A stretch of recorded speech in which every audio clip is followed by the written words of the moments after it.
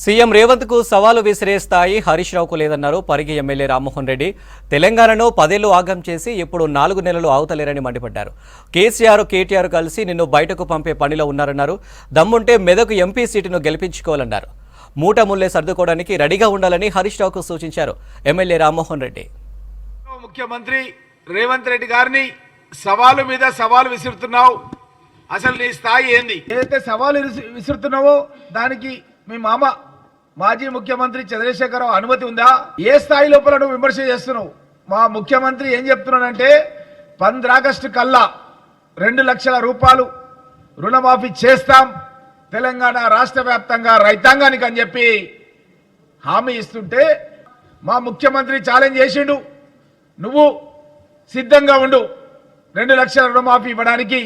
మా ముఖ్యమంత్రి, మా ప్రభుత్వం, ఎమ్మెల్యేలం అందరం కూడా రోజుకు 18 గంటలు కష్టపడి మీరు విధ్వంసం చేసిన తెలంగాణ రాష్ట్రాన్ని 100 సంవత్సరాలు నష్టాల ఊబిలోకి మీరు నెట్టేసిర్రు. 7 లక్షల కోట్ల రూపాయల అప్పులు చేసిర్రు. మేడిగడ్డ లాంటి, అన్నారం లాంటి ప్రాజెక్టులు, పనికిరాని ప్రాజెక్టులు కట్టిర్రు.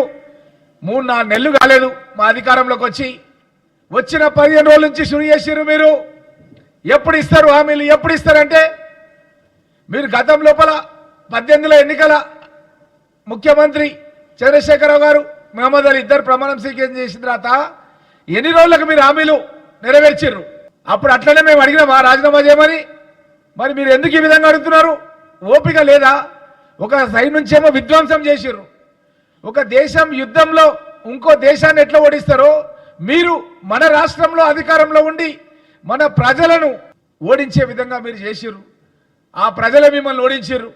అయినా సరే సిగ్గు లేకుండా ఏ విధంగా ఇట్లా మాట్లాడుతున్నారు? ప్రజలంతా కూడా గమనిస్తున్నారు మిమ్మల్ని. నువ్వు గతంలో మర్చిపోయినవా? మా ముఖ్యమంత్రి రాజశేఖర రెడ్డి గారి దగ్గరికి బొక్కే తీసుకొని వచ్చినావు పార్టీలో చేరడానికి. నిన్ను అనుమానంతో చూస్తున్నాడు కేసీఆర్. అసలు నిన్ను నమ్ముతలేడు. నీ ప్రాతిపత్యాన్ని నిరూపించుకోవడానికి నువ్వు సవాలు మీద సవాలు విసురుతున్నావు.